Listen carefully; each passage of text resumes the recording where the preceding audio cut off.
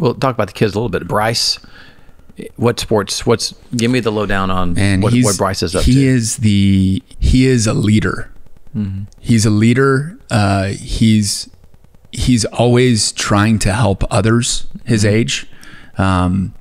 His teacher in second grade, we went into the PTO or the parent teacher conference, and she looked at us, and she's younger, and she goes, I went home the other day and I told my husband that when we have a child, if we have a boy, I want him to be like Bryce. Oh man, that's so cool.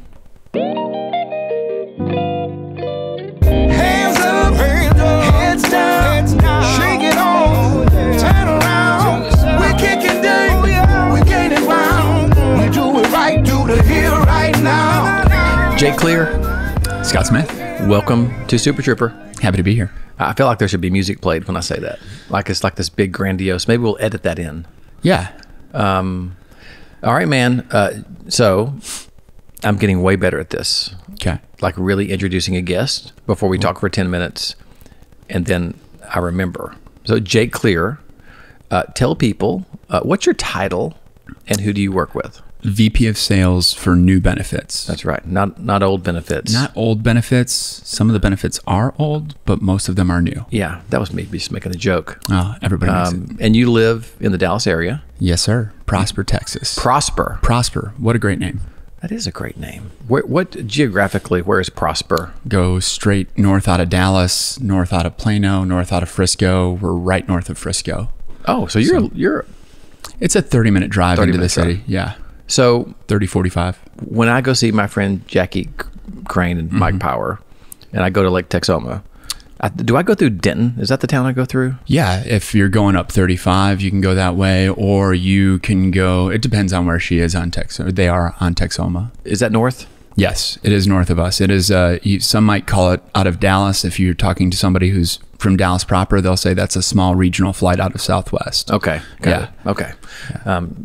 I'm going to become a geography whiz by the time I'm like 70 years old. So VP of Sales, new benefits. When did we first meet? Ooh.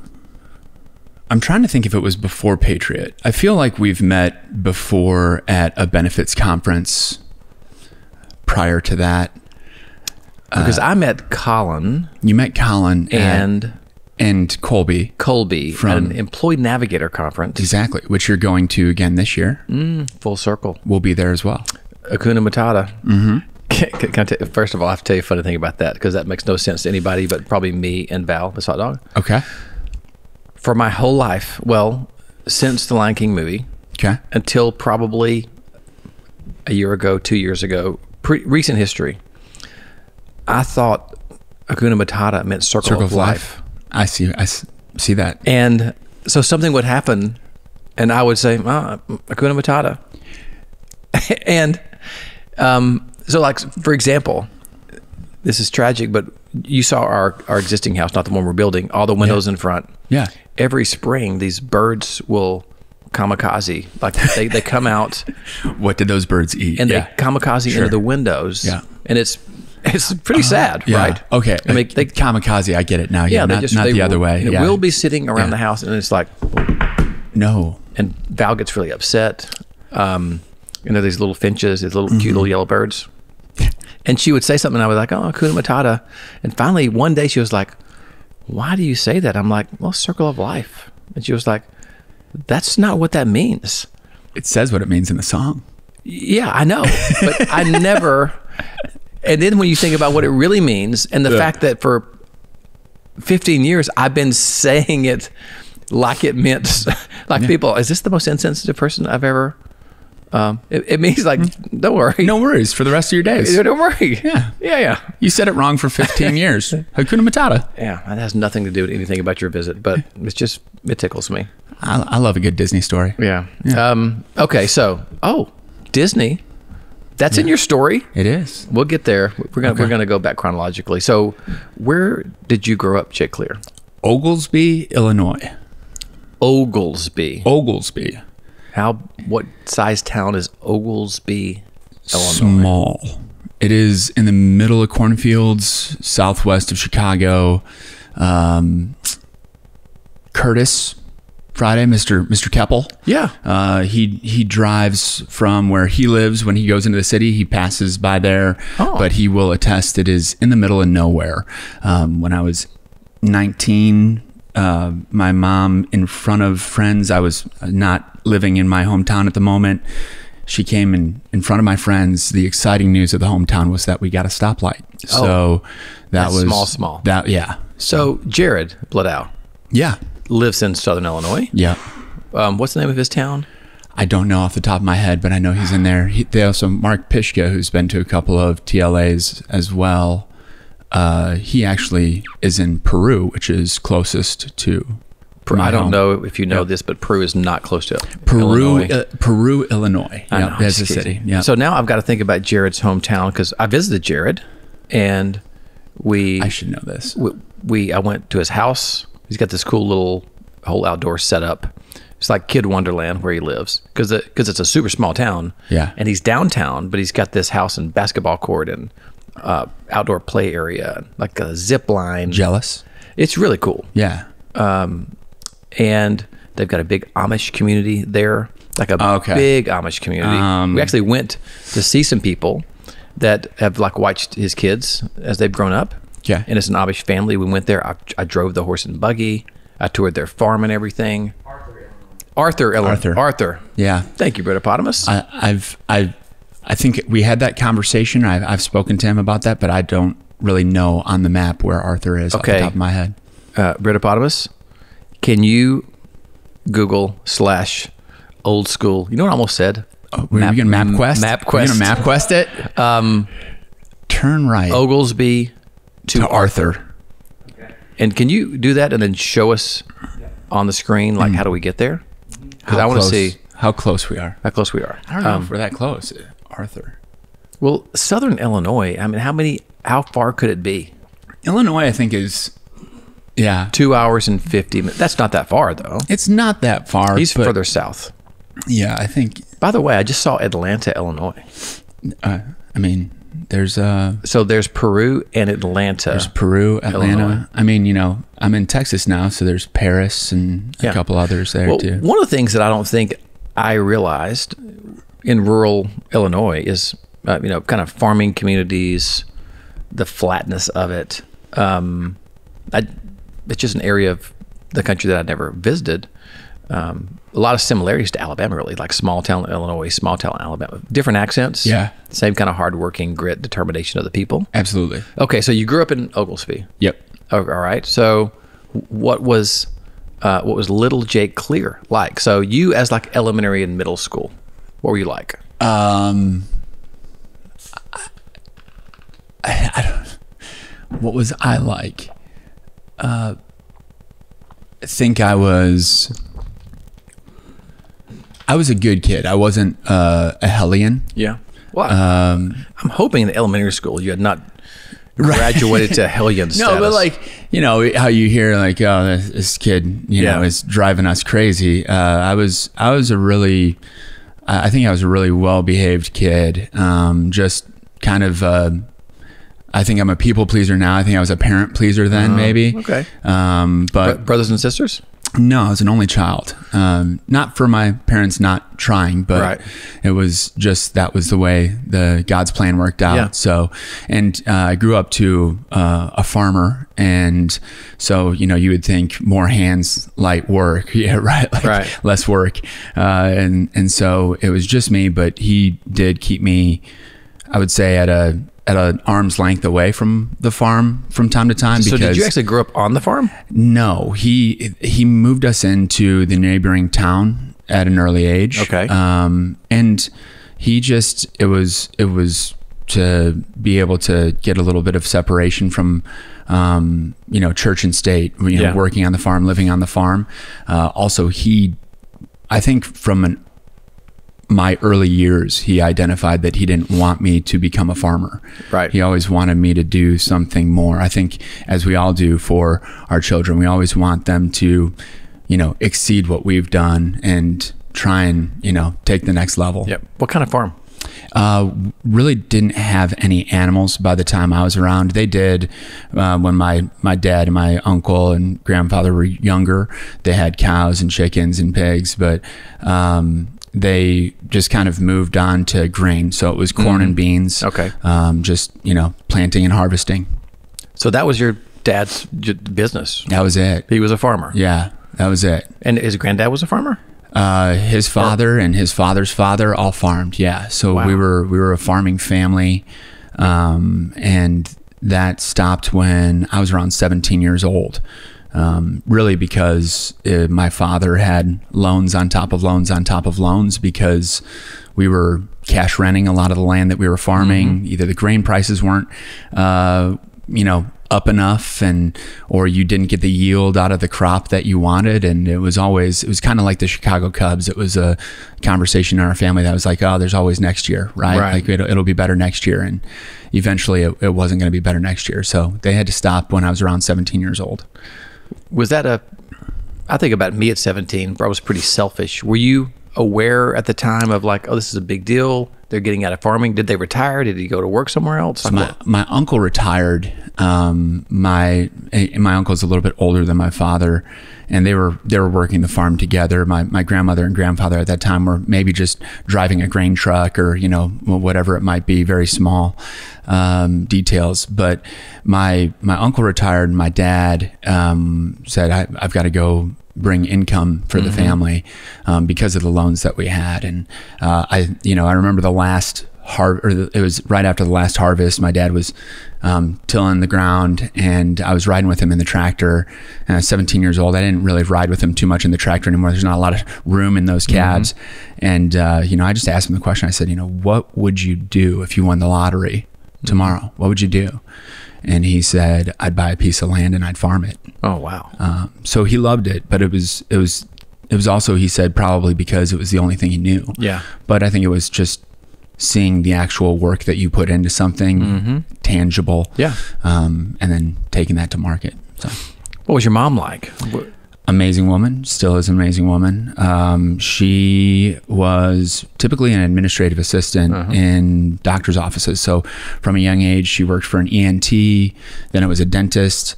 And then she stepped into more of an administrative role within a local logistics, I would say like a logistics warehouse that moved into our community. And then she worked there for, I think it was close to 20 years before she retired and moved up the ladder there.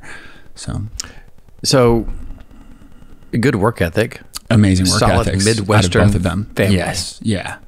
Do you look back on that and your childhood, your youth fondly? Is that, so do you look back? Absolutely. Yeah. Yeah, absolutely. We talked about this touring, this awesome town that you grew up in, that, in your community, sometimes you only know what you know. Yeah. Right. And so, there was the farm, and then there was the city. And then, I went to a Catholic grade school.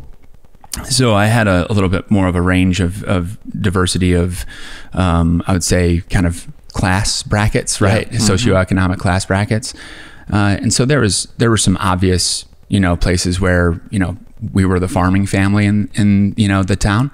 But I loved being on my four-wheeler, on the farm. I loved having my BB gun and, walking around the farm, and just, it was an enjoyable childhood as far as what they were able to give me, for sure. Yeah. Yeah. I was thinking about it. Derek Wynn from BBG and I were talking about this on his episode here and just in random conversation. So for example, my kids grew up here in this little town too, right? Where I grew up. We moved from Birmingham, and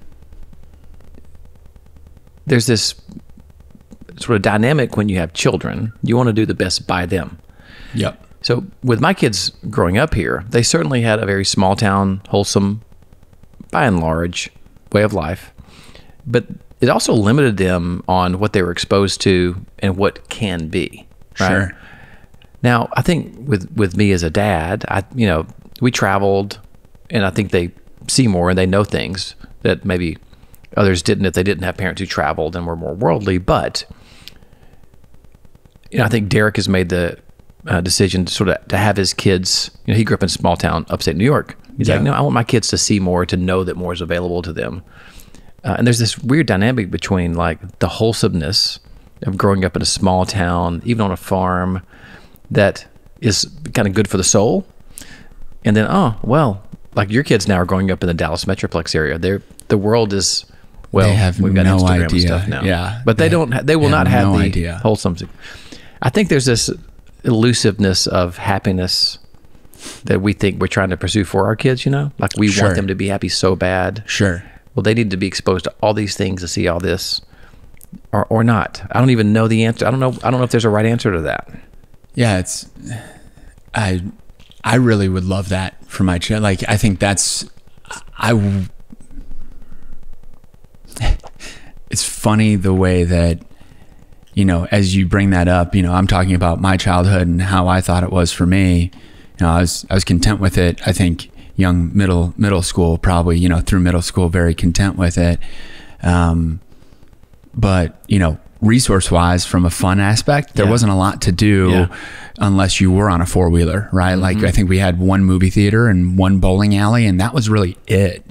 And, within, 5-mile radius, my kids can go play golf or, go to Top Golf there's just endless things that they have. And so, you want that. I want that for them. But at the same point in time, I think back, like, could I move them back to Oglesby, Illinois? And I'm like, no. Yeah. They wouldn't, now knowing what they have, Right. they'd fall apart.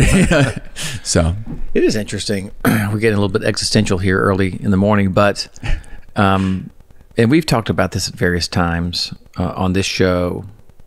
It seems like it comes up in a lot of my personal conversations recently. I've said before that I didn't know I was poor until about 6th grade. So when you measure happiness, if there is a measurement, right? When I was 2nd, 3rd, 4th, 5th grade, because there was no Instagram or way for me to know anything that was going on in the world, certainly even in the news, I wasn't watching any TV. There was only 3 channels and we didn't get them really with a fuzzy signal. I was perfectly happy and content with, like, I can remember, I think I've told the story, if not, but I can remember being in the trailer, going on the front porch, my mom coming home and had like a garbage bag full of hand-me-down clothes. I don't know where she got them from, but Sure. It was like, hey, dig through here and see what you like. Yeah. And I can remember being excited. absolutely. I can viscerally remember the excitement feeling digging through that and finding, like, I remember getting a 7-Up shirt. Yeah. I just remember it had a little piping on the sleeves and had a 7-Up logo, and I was like, ooh, Right. cool. It's a hand-me-down shirt. But it was new to you. It was new to me. Yeah. And there was happiness there. Yeah. How do you compare? What's the comparison of that happiness of that kid in a trailer, probably had never left the state of Alabama, to having a bunch of money in the bank and a boat and a house and like all those things? Like, you can't be happier than happy, right? Like,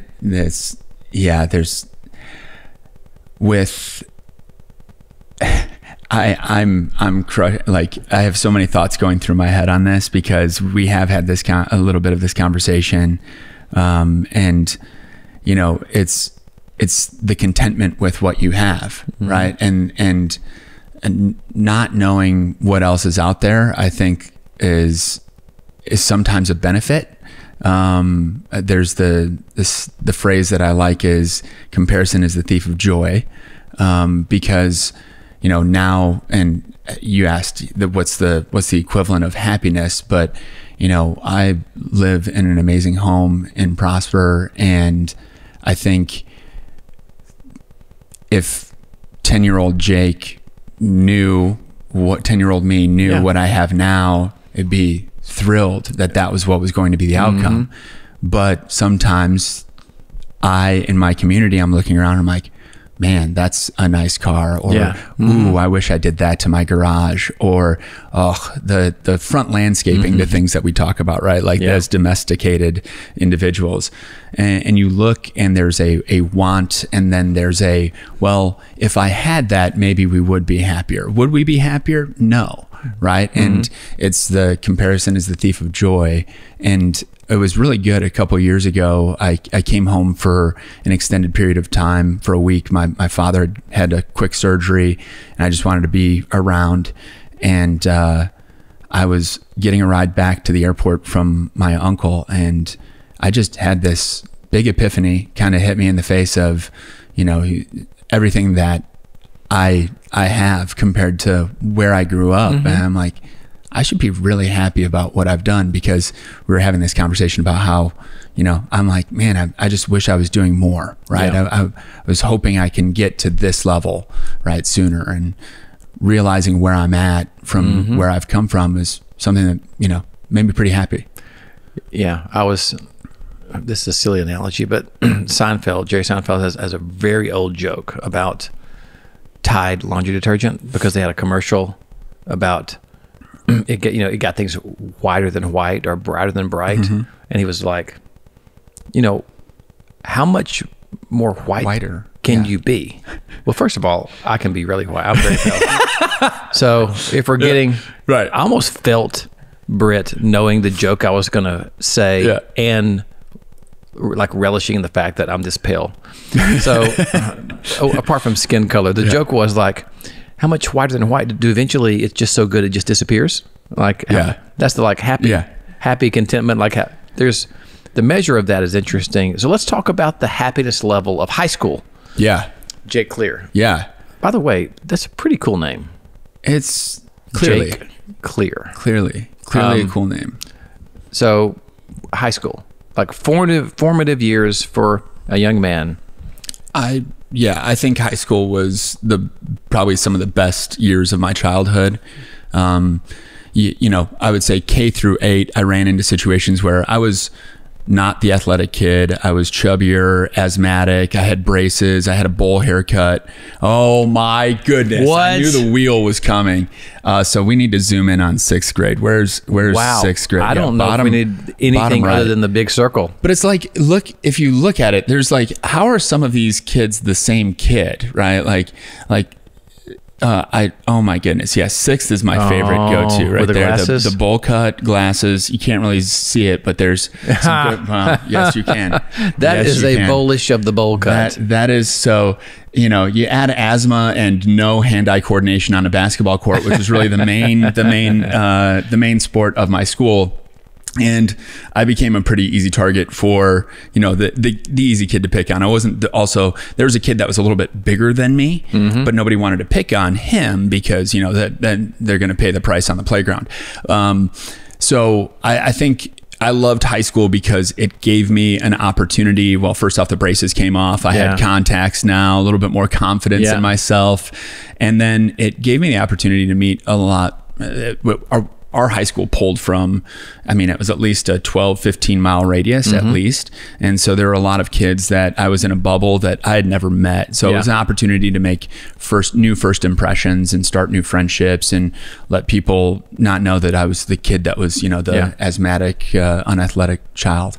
Well, you're this big strapping guy now. You're fit and everything. When did that transition? I peaked way late. Oh, I'm the epitome of a late bloomer. I mean, if you've got those photos, you've probably got photos of me in college where I was still, you know, Northern Illinois, I would say, doesn't have the best diet options around.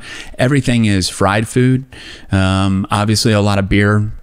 I think when I graduated, I was 220, but it was not a healthy 220. And it was really after my move to Texas, I was working at Target, you know, walking a lot. But then I got introduced to CrossFit and I drank that Kool-Aid for several years, probably got into the best shape of my life. And that's why I've kind of, and now since then I've added on back to, I've started to step back towards Illinois Jake and I need to go back to like prime days of Texas Jake. So, That's so. You mentioned Northern Illinois. Are the Huskies? Yes. Not only our mascot, but our average body type too. Okay, Yeah. gotcha. Yeah. Sorry, bad joke. I was sharing with you that I can remember Northern Illinois coming to Tuscaloosa and beating Alabama. I was at that game. That was like in the 90s, maybe. I feel like it was the 2000s. Are you sure it was 90s? Probably 2000s. Michael Turner was the name of the running back Michael that you're Turner thinking of. was just There's him. incredible There's running also they had a couple of Heisman candidates in those days. Power Mac School. I mean, we made the Orange Bowl against Florida State. Yeah. Rick, can you Google Northern Illinois beats Alabama and tell us the year? 2003, 1916. 2003. I was in the stadium. Yep. So 2003. So that was 33-year-old Scotty Smith. So Carson was 1. Madeline was 4. I can remember going to that game. People don't remember. There were some dark years of Alabama football before Saban. Yeah. Yeah. There was some dark years. So you're at Northern. What 4 years, 5 years? How long did you stay there? 2 years. It was 2 years. I did 2 years of community college. Okay. So I would say the high school years were the best, but towards the end of high school, I was very uncertain of what I was going to do, where I wanted to go, and also just taking into consideration, my dad's situation with farming, where we had loans on top of loans. Yep. I I knew that I was going to be mostly responsible for my own cost of college, and so stayed local, went to community college for 2 years. In that, I did have an internship that took me out of the cornfields and the bubble and put me in Orlando. And then after that internship, I finished my 2-year degree, or my bachelor's degree at Northern Illinois. So let's talk about the internship. I love, yeah. So sure. tell the listeners and watchers about where was the internship? Walt Disney World in Orlando, Florida. And how did you end up with an internship at Disney? Too many of my decisions in life have been based on probably following a girl. Yeah. So there was a girl that I had been definitely friend zoned by in high school that I had a major crush on, and things started to finally get to maybe almost close to dating after in community college, and she was in love with Disney, and she was like, oh, there's a Disney recruiter on campus at our community college, and I think I might go do the Disney internship. Like, they're going to have an informational meeting. Would you want to go? And I was like, would you want to go with me? She just meant to the meeting. Right. And I was like, yeah, sure. And I was an easy sell. I was like, wait, I get to go live in Orlando, Florida, and work for the mouse, and maybe dress up as a character. I had no idea what I was going to be doing, right? And I went to the meeting, and I was like, I think I want to do the internship program. Lo and behold, like probably 3 weeks later, I realized this friend zone thing has been going on for way too long. And I was like, I'm going to Orlando, Florida still. And she actually backed out, and I was like, great, I'm going on my own. Like, I'm going to go get out of the Illinois Valley and go to Orlando. And it was the best thing for me. I think probably of my entire life. So how old were you? I was, 18 to 19. Okay. Probably 19 years old. And so what did you do, and how long did it last? It was just the fall semester. So I probably arrived in August and left the first week of January. Okay. It would have been fall of 2004. And you think, when you think Disney and, oh, you worked at Disney, you're like, oh, did you wear one of the costumes? Little known fact, mostly everyone in a costume is a female. Right. I didn't know that because of height requirements. Yeah. There's not a lot of, even most of the females are too tall. Right. So, I ended up in the All-Star Resorts as a merchantainer. It's not a merchandiser, it's a merchantainer. Okay. I didn't know how to juggle. I didn't do any tricks or gymnastics or anything crazy. I wore a goofy suit, and I worked in the gift shop at the hotel. That's what that was. Yeah. So our All-Star Music, Movies, and Sports, I rotated between those 3 resorts, and it was a great experience. I don't know that I take that much away from the work aspect of it as I do the exposure to people from different states, different countries, different beliefs, Yeah. faith-wise. Yeah. Well, you're out on your own. Yeah. You're for the first time. working independently. Absolutely. Have responsibility, interacting. It had to be great for confidence. It was amazing for confidence, but it was also amazing for just beliefs. You know, I came from, I don't know if you saw on the map how green that satellite picture was, Yeah. right? And so, you know, where I grew up, like it was 99% Caucasian, or probably 95% Caucasian, 5% Latino, right? And then almost 90% Catholic, 10% Protestant. Yeah. Like that was it. That was all you knew. And sadly, there was an era of homophobia where I Yeah. grew up, where we had, in community college, there were 3 kids that decided that they didn't want to be around anymore because of the way that their family treated them when they came out. And, you know, like I knew that wasn't right at Yeah. the time, but I was still I didn't know how to process it. And in Disney, I moved into an apartment. I was placed into an apartment Yeah. with, I think 5 other guys. And one other guy was heterosexual. Yeah. And so it was like an immediate, like, you're going to learn about like new cultures and just open your mind a little bit Yeah. to humans and just being human. Yeah. I've often said, is it the same vein, that I wish we could everybody was required to like go live in another country, Yeah. live in another community, Absolutely. maybe multiple as you're growing up, to know that this is not everything that Yeah. there is. Yeah, absolutely. You know, go live in another country, go live in it. If you're from the country, go live in a city. From the city, go live in the country. Talk with people, eat with people. You know, I'll never forget being, my freshman year in college, playing basketball at UAH in Huntsville, lying in a dorm room with a friend of mine, Mark Jones. I can't find Mark Jones, by the way. It's like when your name's like Scott Smith or Mark Yeah. Jones, hard to find. I haven't talked to, by the way, if anybody listening to this knows Mark Jones from Atlanta, he's probably around our age. He's probably not your age, but my age. My peers, 54-ish, 55, 53. He's going to be older than me. So he's probably 56. Just laying there, a bed on the other side of his bed in a cinder block dorm room, and him talking about how he grew up and kind of being hungry sometimes and what it feels like to feel less than, Yeah. and be discriminated against. And I just wish everybody could have those human experiences, For sure. the good and the bad, like all of it. Right. That's 6 months of your 19-year-old you. It had a huge impact. The biggest impact. Yeah, that's so cool. Absolutely. It helped me go back to my hometown and realize that there were a lot of people that had never left that bubble, right? But they thought that they were kings. Yeah. And would maybe even treat you like that in public, right? Yeah. It was the person that you'd wave at and they wouldn't really acknowledge you in public. But then on Sunday at church, when they're in front of others, it's, oh, hey, how you doing? How's the family? Right? Yeah. And you realize that it's not their fault, because this is all that they've ever limited themselves to know. Yeah. But it also helped me realize, like, I can't stay here. Yeah. Right. So, Well, it's interesting. I never would have thought I would have moved back. I mean, just looking at life, the 18, 17, 20-year-old me, I don't think could have imagined moving back to Guntersville. But I'm glad I did. yeah, Life is funny, man.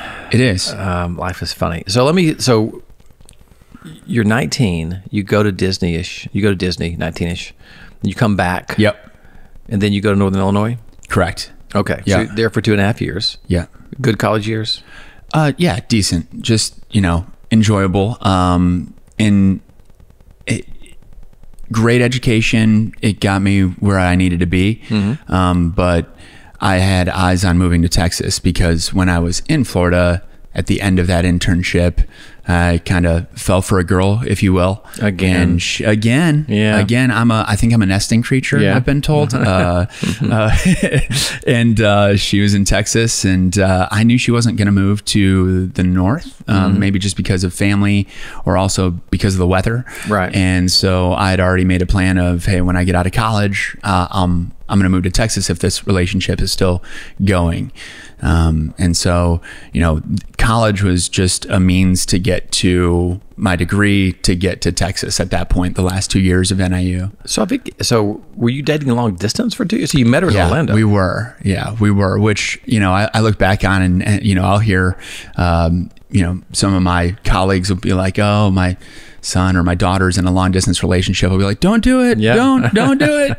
My parents kind of wish that, I'm sure my parents wish that, you know, I would have listened to some of the people who told me that, right. you know, a long time ago, but everything works out for a great reason. I'm, you know, fast forward through college, moved to Texas to be near here. And while the relationship didn't work out, I fell in love with North Texas. Right. So did you find a job before you moved, or did you move because of the girl and then get a job? I'll shorten the story. I was supposed to do a study abroad in Costa Rica to finish my minor. That didn't work out because of an issue with the professor. And they said, hey, you can stay an additional semester just to finish your minor. I said, nope, I got to get to Texas, right? So it was like literally 2 weeks before the end of the year. And they're like, oh, we've got this. I found out that the trip to Costa Rica was canceled the same week as the internship fair was going on. I was like, well, I might as well go to the internship fair. And they always say, start with the table that you don't care about, right? Get the jitters out, get the interview questions out, get, you know, right. like your first hit in a football game, Yeah. right? Get the butterflies out. And so I walk in and I see all these people in red and khaki at Target. And that's where I worked when I was in high school, right? I worked at our local Target and I was like, oh, I know, you know, can I help you find something is something I probably said in my sleep, right? And so I walked up to the table, start talking, and it really ended up being the only internship that I was interested in that I was offered. And so I went and did a Target internship, and they, at the end of the internship, they're like, hey, we'd like to offer you a position contingent upon you finishing your degree as an executive in our stores. And I said, great, but I'm moving to Texas and I know there's Target stores in Texas. Is there any way that you'd extend that there? So they put me in contact with the district manager there. I went down, interviewed there, and had a job before I graduated Northern Illinois, which 2007 into 2008 was a really great time to have a job before you graduated. So Did you wear the khaki and the red? Yeah, and thankfully that was before the Jake from State Farm commercial came out. Oh, wow. Because that would have been really bad. That would have been really bad for me. Yeah. But now I'm just Jake in insurance. Yeah. And so, there are many people within this truly wonderful world that know me as Jake from State Farm. So what was your first job at Target? Post college, because there's just general stocking shelves and electronics, and post college. I was an executive, just an ETL or executive team leader. There's executive team leaders that run the different departments, and then there's the store manager, and then there's sub teams underneath each executive team leader. I was hired in and was placed in a store in West Plano. It was for years in the top 5 in actual revenue for Target. Just a very, very wealthy area of North Texas. And I was placed in training and actually then placed in a position over kind of your food departments, your fresh food. So from frozen to meat to our bakery, deli, Starbucks. I learned I had to go through my barista training. And I actually loved it. Learned a lot about produce that I never would have thought I would have known. So yeah. And then how old are you at this point? Is this like a 23? 23, 24, somewhere in there. Yeah.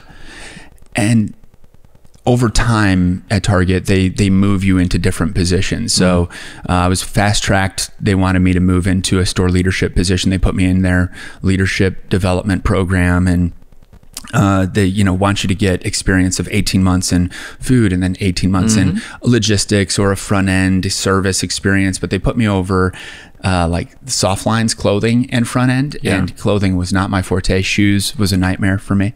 But I also in that journey realized 2 things. I I never knew what I wanted to be when I grew up, and I took this job. But the one thing that I knew that I wanted to be was like a present father. Yeah. I wanted to be able to be in a job or a position or career where I could support my family, but still be present in the evenings, still be present on the weekends. And I was watching my colleagues answer calls on Saturdays at the back of the store going, oh, wait, strike two? Okay. Like, how is the pitcher throwing fast? And I'm like, man, he's not there for that. Yeah. And I realized, one, I didn't want to work weekends. And two, I learned I really can't stand the general public. I can't tell you how many I've got so many great stories that we can't fit into this podcast, but I think I had my life threatened by by a World War II veteran and a Korean War vet. The World War II veteran didn't understand a sales sign and asked me to step outside. And I walked to the store probably 5 minutes faster than he did to the front of the store where he wanted to meet me. And by the time he got to the front, he unfortunately had forgotten that he asked me to come up there. And he just walked by me and was like, have a nice day. And I was like, he was ready to take me down in that aisle 5 minutes ago.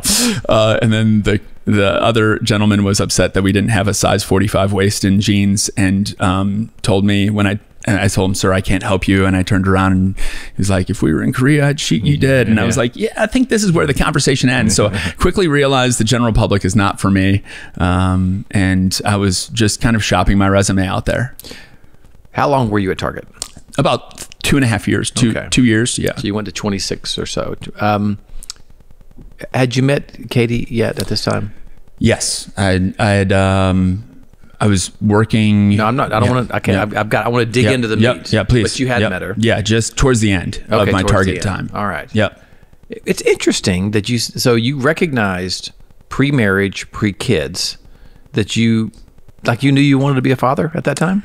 I mean, I wasn't like, let's have kids now, or like, I want to have kids now, but it was when I was at Disney. We were driving to the beach with a couple of friends on a weekend off, and we were having a deep existential conversation at the age of 19 of what do you want to be when you grow up? And I knew I wanted to be somebody who could provide for my family, but also enjoy the time with them. That's really cool. The more I talk to people, the more I realize how selfish I really was growing up. It's just interesting kind of reflexive stuff. I was still very selfish, but I'm with you. It's still a cool realization. I don't think I knew anything except I was trying to get to the next experience for me. All right, so let's talk about this. So you're working at Target towards the end when you meet Katie. Yep. All right. You've heard some of these episodes. You know what I'm about to ask. Okay. The first time you locked eyes with Katie, and it was like, oh, who is that? Yeah. Where was I? Yeah. Tell me about the experience. We were on a softball field. Okay. Because I decided to go out on my own and stay in Texas, I joined co-ed sport leagues that ended at a bar, right? Just meeting different people. And we had a team of misfits where it was just like all the people who signed up as individuals were grouped together. Katie was not on that team. She had a group of friends that signed up, and we were in a championship game, and they were taking it very seriously. And our group, I think because we never took anything seriously, we're also in said championship game. I mean, I think I had eye black on. One of the guys on my team had a kitty cat. He drew kitty cat whiskers on himself, right? Right. Like that was who we were. And so I would always say random stuff to my third base coach while we were up to bat, while I was the first base coach, kind of coaching our team on the bases. And it was always in this league, it was always a male first baseman because sadly they didn't trust, some of them didn't have the most skill. The females didn't have the most skill. And all of a sudden this cute blonde comes over to play first base. And I am not a big fan of what I probably approached, how I presented myself. Right. But I was like, hey, first, you're kind of cute. What's your name? And she was like Doris or Ruth or, definitely not Katie. Right. And we had some banter back and forth. And I was like, I got to figure out how to get this girl's number. And so I asked her for it, and she's like 14, like the back of her jersey. And I was like, this is rough. Met her that night at the bar and talked to her for like 10 minutes and said goodbye and got her name. And she Facebook friend requested me first, for the record. I can tell you've said that before. For the record. Yes. Yeah. And randomly 2 months later, while I'd, thought about her a few times since then, but just was too nervous to send her a Facebook message, slide into the DMs, if you will. I get a note from another softball league that I've joined. I've been asked to play on a co-ed team in another league from Dallas to Plano, and about 25 minutes away, and the roster comes out and her name's on it. And so I sent her a message. I was like, are you the only Katie Repsher in the area, or are there more? Because are you on this softball team with me? And she's like, yep. And that was it. Man. That was where we met. Oh, is this it? Yeah. There we go. You're digging into the Austin Ranch was the apartment complex that I lived at. And that's Garth. He's now 13. Okay. But he was a amazing dog puppy. He'd come in, he was our team mascot. He'd sit underneath the bench and he'd just sit there during the game. So is this that team, or is this a subsequent team? This is the Austin Ranch team that we played on together for many years. And the couple, Red Hat and the blonde with sunglasses on the end, right? They're married today. Oh wow! And then there's us as well.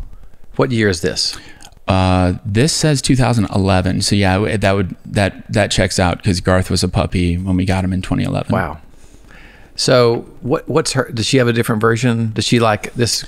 Cocky guy was it was definitely she's definitely a cocky guy. Like she does tell a much nicer side of it as well. She also cuts out all the details about how I asked her, like, does she enjoy long walks on the beach or romantic novels? And right. But she does say, like, I left the bar that night. She actually had to go to a work event. She was working for a liquor distributor, and she had to go be with her boss to a tasting. And she was like, I really just kind of wanted to stay here. So she tells the story better than I do. Yeah. Yeah. Well, if she talks good about you, then you're going to obviously think she tells the story. Well, yeah, sure. But yeah, she was, let's say that's the best sales job I've ever done in my life. So no doubt. And so you're 20, how old were you when you met? Probably 24, 25. Okay. Probably. And what's the courtship period like? How long did you guys... Well, so you went 26 on the softball team. Let me try to get this right. Did you ask her out immediately? No. Like how did that work? That's a really good question, and we haven't talked about this, so that's a really good question. We had a pretty good softball team, and I didn't want to screw it up, so I didn't want to ask her on a date. So the entire season, I waited until we had finished the last game, and we'd always go out for, there's a little sushi place right next door that also next door to the field that would also have some good music, and we were sitting there, and the amazing woman who ran the team in the organizational league, there was probably like 10 teams that she helped coordinate, but we were on her team. And she knew Katie. She worked with Katie at one point. And so I'm literally across from both of them, kind of diagonally. And I'm texting Whitney on my BlackBerry at the time. I'm like, hey, Whit, like, what's Katie's situation? And she wrote back, well, I don't think she has a girlfriend or a boyfriend, but I'm pretty sure you're not her type. And I think I wrote back, ouch. And then I think I wrote back, well, Columbus took a chance and it worked out well for you. And the next week I asked Katie out. So were you nervous? Absolutely. I mean, because like the whole season? Not the whole season. So I wasn't nervous. I think the first couple of games I was trying to shed the DB, I believe, it's like you put stuff in I felt like I came off as that on the initial interaction, and I was trying to be that way, but that's not really who I am. And so I think for the first 4 games, I think the most that I said to her was, hey, good play. Hey, good game. Nice swing. So that was about it. And she tried to put me through the ringer, and she told all of the, guys who were on the team that she had been playing with for a couple of seasons, because I was the newbie to this team. She was like, haze him, put him through the ringer, like test him out, make sure he's good. So I wasn't nervous at the beginning. I was just trying to get my like true self back to her understanding who I am. But on that, I remember the first date that we went on, we had, pre-dinner salad came out, and I stopped eating it after my second because I was shaking. I was so nervous. Really? Yeah. And I wasn't really like that. I think I really felt like I was out of my league with that date. So That's really cool, though, Yeah. that you were that nervous. Oh yeah. Did she recognize? Have y'all talked about that? Oh yeah. I don't know that she recognized it in the moment, and she'll say that, oh, she was nervous too. And I'm like, there's no way you're as nervous as me. Right. But yeah, I've definitely shared that with her before. So did you guys just start dating immediately? So it was date after date after date? Then we went. Yeah. And I like to tell people that she does a really good job of, I would call her an introvert until you get to know her, right? She's very guarded. And I would always make the joke that I'm like, I'm going to knock down this Berlin Wall one brick at a time. Like Right. it's still, was a long journey to, and I'm the complete opposite, right? Like, Yeah. you mean I don't have a Berlin Wall. Like, I'm like, hey, come give me a hug. Yeah. Right. So. And then how long did you date before you got married? Probably a little over 2 years. It was probably a 2-year period before I proposed. Right. And so like 3 years of dating, I think. Okay. I that timeline blurs now for me. So it was 2011. We got married met in 2010, got married in 2012. So no, shorter. It was like That's 18 shorter. month period.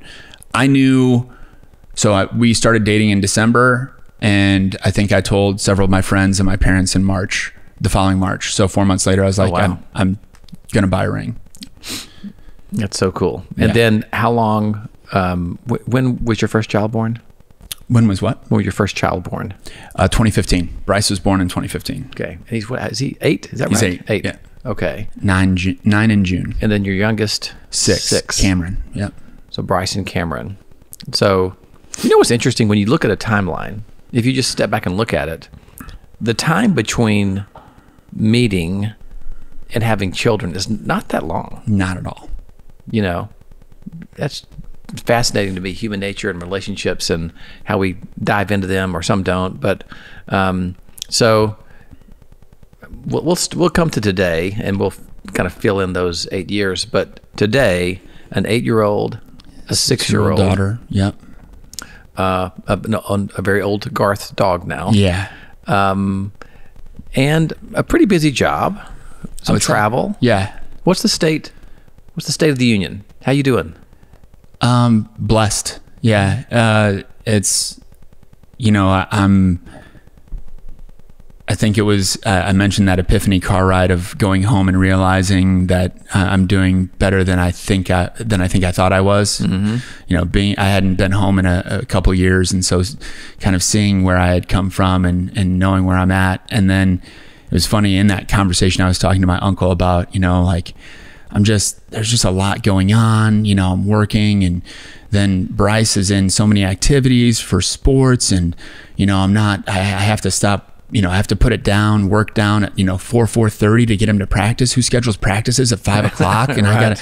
I had a 30-minute drive to get to him. And, and then I'm sitting here complaining, and I realize, wait, like, I'm in a job where after the kids go back down, I can go back to work and finish what I needed in that day, but I'm able to spend the time with them that I wanted. I think I'm providing for them fairly well. I'm doing what 19-year-old me would have described as successful. Yeah. Right. So yeah, things are good. Good deal. Yeah. So we'll talk about the kids a little bit. Bryce, what sports? Give me the lowdown on what Bryce is up to. He is everything that I wasn't from an athlete, and he gets it from my late father-in-law. Just same thing with him. It was like anything that my father-in-law touched, even if it was the first time, he was going to be good at it. Right. And so my son is really good. Everybody's going to say their kid's really good. So I'm just going to say he's playing baseball. He's playing football. Here we go. There he is. The guy making the bunny ears is Bryce. So what a cute kid. That's the submissions team there. That was last year. Good group of kids. So for those listening, we're looking at a Little League baseball picture. So this got me in my feels a little bit, because I miss my son Carson's days like this.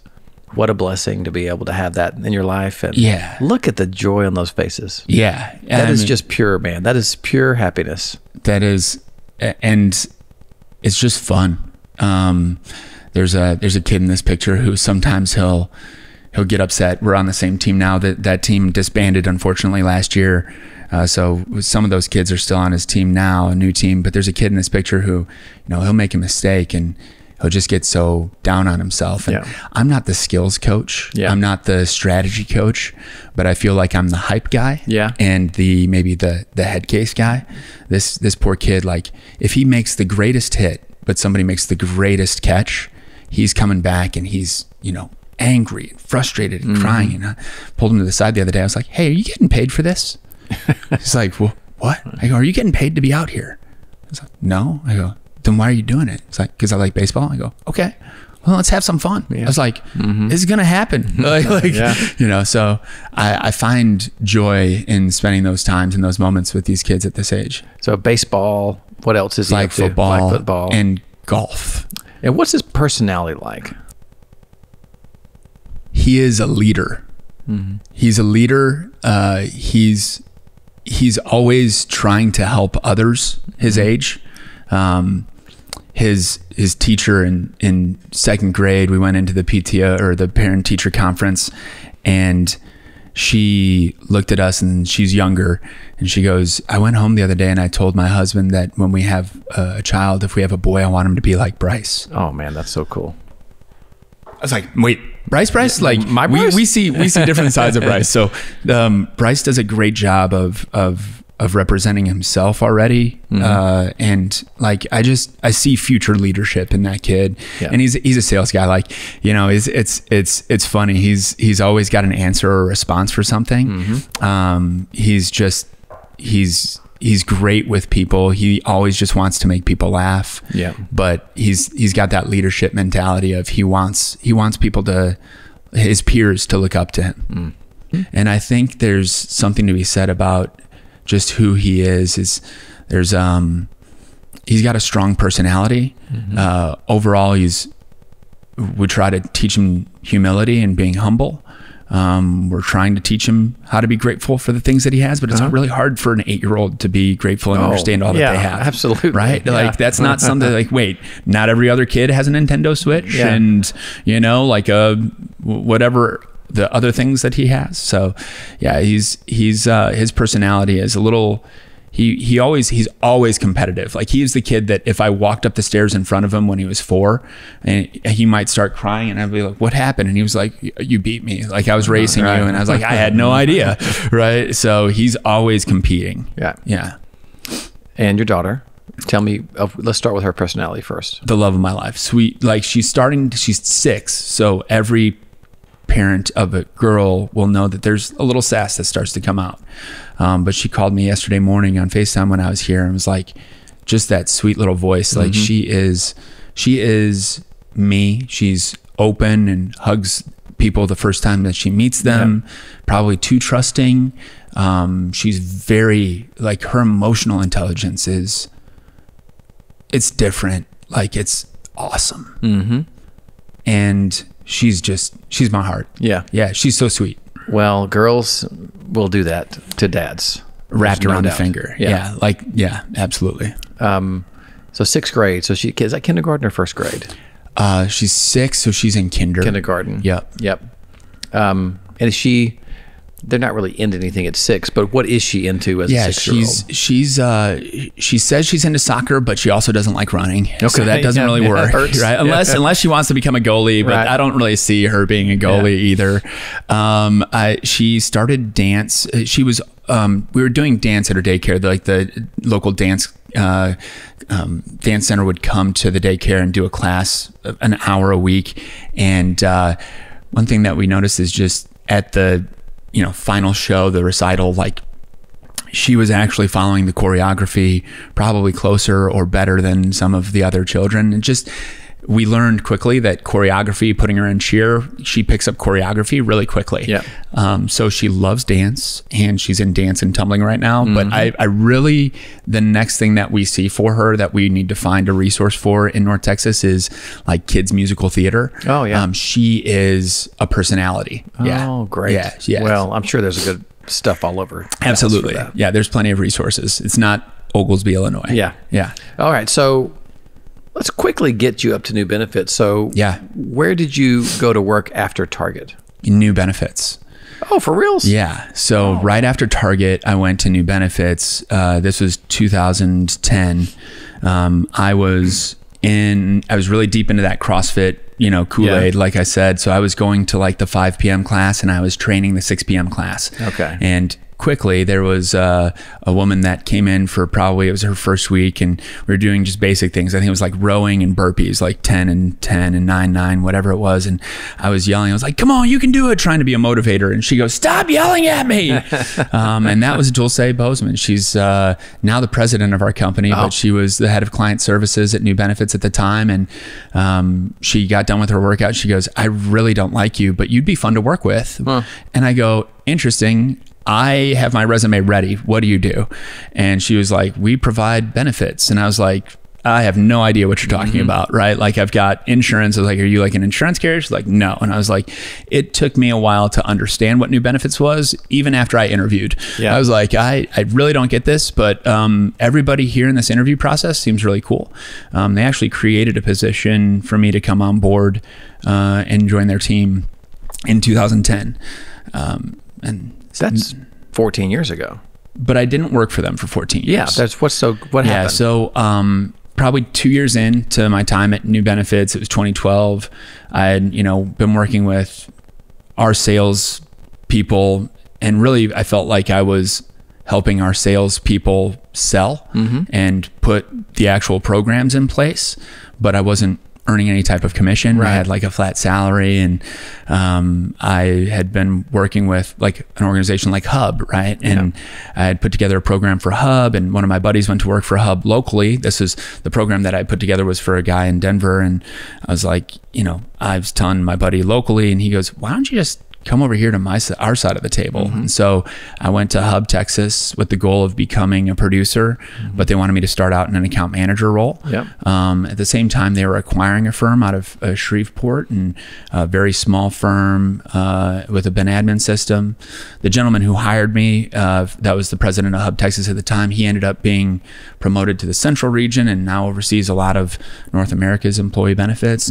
But the person who he hired as his successor was a PNC minded guy, and kind of had the idea that he had a really older age group of gentlemen and women that were their PNC producers, and wanted me to shift over to PNC. And maybe I was a little too hard-headed, but we were right at the turn of healthcare reform. And I was going into meetings and helping save some of our renewal conversations for our producers. And I just felt, I have a passion for this. I have a passion for benefits. And I enjoy the people that I meet. I enjoy the open enrollment meetings somehow. Like I enjoy talking to people about what they have. And I don't really care about the buildings and the vehicles and, the other things that are being covered over here. And he didn't want to allow me to step into that producer role because he didn't have the right trainer. And I was like, I can't sit behind Excel spreadsheets any longer. Like I am not that guy. I have to be out. And so I took the first ride out of town, which was to United Healthcare. And I was there as a field account manager in the fall of, it would have been 2014. And I probably might even say that I would still be there today. It was a great team. And I had a great boss there, a great leader there. But it was probably December of 2014 that Dulce called me again and said, hey, we've been talking about the need to add another salesperson, and I brought your name up, and they immediately jumped at it. Would you entertain it? And so I went back in January of 2015 to New Benefits. And so 2015 to now, still a decent amount of time. But that's the long story of how I've been at New Benefits. What kind of name is Dulce? And I don't think I've met her before. Dulce, she was born in Mexico. Okay. So I think Dulce means sweet or candy. Yes. In Spanish. Okay. So she's awesome. She's really kind of the individual who's helped continue to define the culture of that company over the last couple of years. My first interaction with New Benefits was probably, it was in my agency days. So we'd sold our agency to a company called SS Nesbitt, which is now called Valent. Yeah. And when I got there, I think I was talking to Reed Rasmussen. You know Reed? Yeah. The Canadian, as we talked to? I know Reed well. He's a great guy. He is a great guy. Yeah. And he was using new benefits at that time, sort of in his bundled product. That was, that really just came to me. Yeah. That was probably 2010, 9? Yeah, it was early. He was one of the first like big clients that really kind of started to see the value of bringing our solutions into the employer space. And I think it was really the telemedicine relationship, right? We were the first channel partner of Teladoc, and I remember it was my second week of being at New Benefits in 2010. And they were having a broker training. They did broker trainings, I think, quarterly, where they would bring our marketers, or they called it a marketer training. They'd bring the marketer in, and we highlight specific benefits. And it was a good opportunity for me to learn more. And Reed sat right in front of me in our auditorium that we had at the time. And he turned around, super welcoming, and just kind of was like, hey, if you have any questions about this world, please let me know. I'm happy to help you. So, awesome human. Yeah, he's one of the good guys in our industry. He and his wife both. So what does your job entail now? Just give me an overview of like, what are you doing? Yeah. My favorite thing that I get to do, I'll answer it that way, is I have a national footprint of relationships with brokers and consultants across the country, just like you have here at True. And, we have such a diverse portfolio of solutions that we can help our clients solve for, that every day is different. Maybe one day I'm talking more about mental health. One day I'm talking more about, fertility or caregiver support, even pet care, right? It's just a really diverse opportunity for me to just speak to different facets of how to help employer groups, but more so even the consultants, how they want to set themselves up with their consulting approach. What's your clients are brokers, consultants, all over the country? Yeah. So we're a wholesaler, and our relationships are with, typically the majority of our clients are consultants. We work with TPAs and carriers as well. Associations have used a lot of our services for extra value add solutions. But my favorite is working with, innovative consultants that want to use our benefits as a differentiator. And I think the value that we bring is just the aggregation of those services into one single point. But yeah, brokers and consultants nationally. And I'm going to go back to when we met. And so I had met Colin and Colby. Yeah. They're brothers, right? They are. I was going to say that. I was like, the brothers Ray. Yeah. And then we had started a partnership, but I didn't meet you until a Patriot event, maybe, which is a sister company, parent company of ours. And that maybe 2 years? 3 years? I think 3. I feel like it was 2021. So my relationship had started with the wonderful Caroline Smith from Patriot. I knew her in her past life, and so I had began a relationship with Patriot. But then after I was on LinkedIn, I kept saying all of this. I was like, who's this Scott Smith guy? Like he seems, and so I was doing some research on True, and I knew you were going to be at Employee Navigator. I was actually supposed to be there, but I ended up having a surgery, so I couldn't. We had planned to meet there, and so I told Colin, I was like, keep your eye out for Scott Smith. Like, we want to see Scott Smith. And so, yeah. This has happened a couple of times. Sure. But there are a couple of relationships I have that seem a lot longer or older than 2021. Just 2 years. Yeah. 2-3 years. What was your first True meeting? Do you remember your first True meeting? Yeah, it was TLA in Las Colinas. It was at April of 2022. Yeah. Yeah. Yeah. That was kind of one of the makeup weird events we had to have, I think. I'm not sure if that was because COVID like messed up the whole event schedule. Right. Was that TL2 or is that actually the True Learning Academy? That was just a regular TLA. Okay. The first one that we moved away from Chicago. Yeah. That was 2022? I think. Okay. Yeah. Sounds right. Whew, these things run together. Right.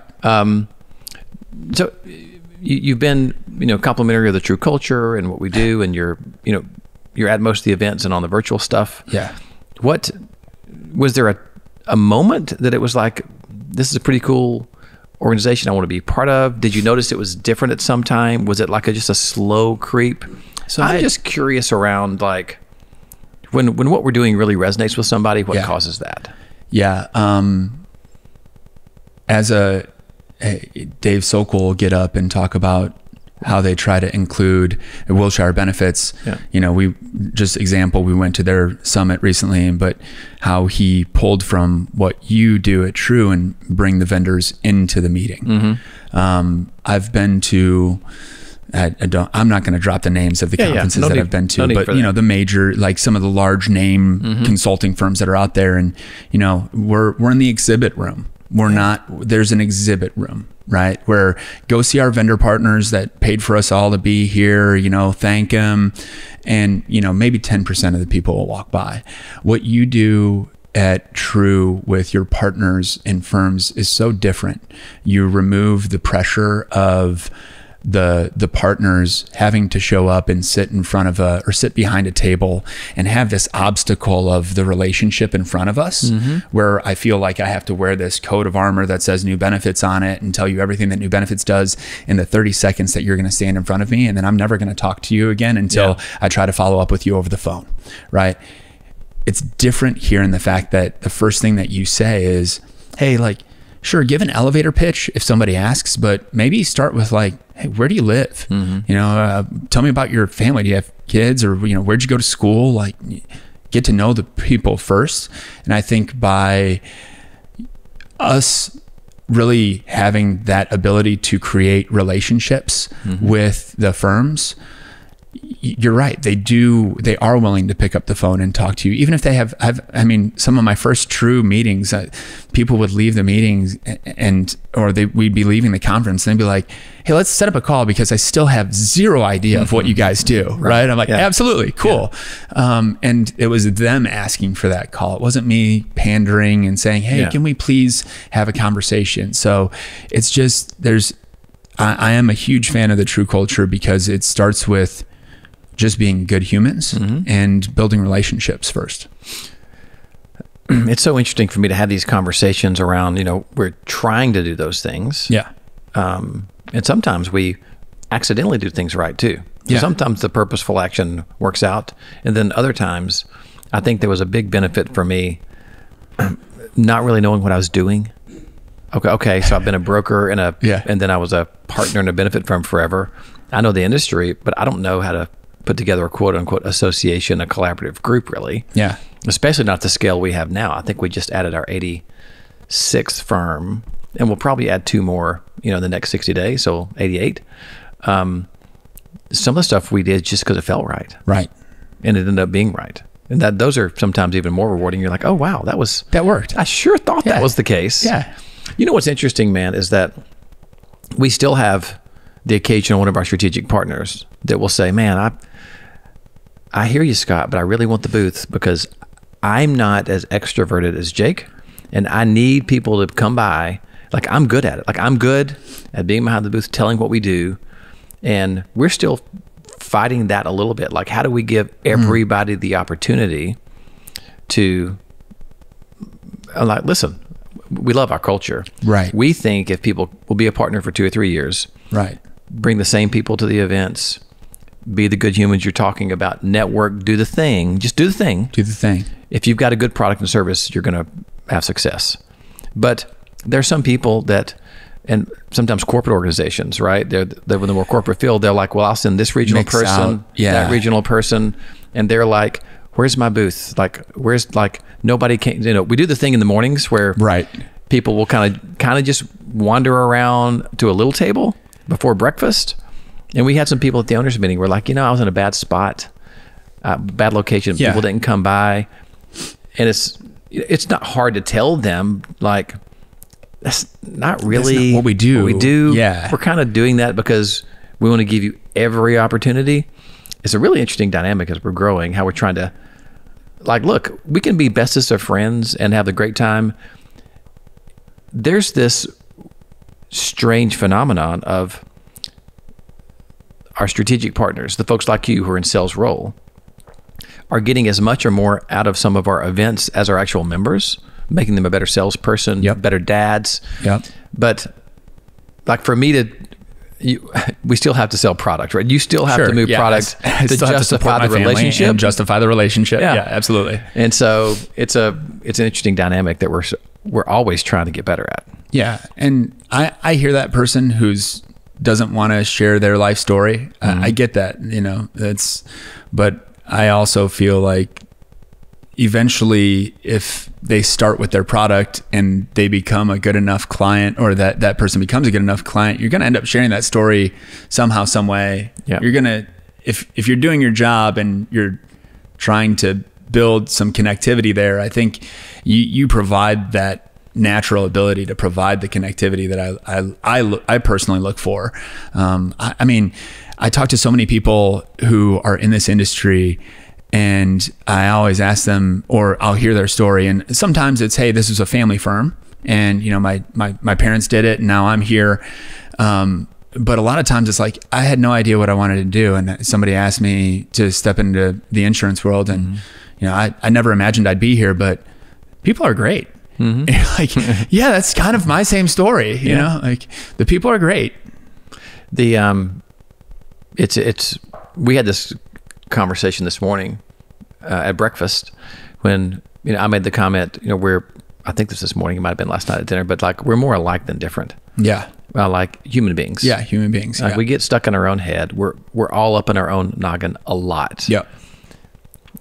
And yes, we're different. We're all unique human beings. We're different, but it's a bunch the same. Our fears, our concerns, our struggles, the stresses, the anxieties, we get in our head and we think we get wrapped up in how unique our pain is, when there's this commonly shared struggle that we all have.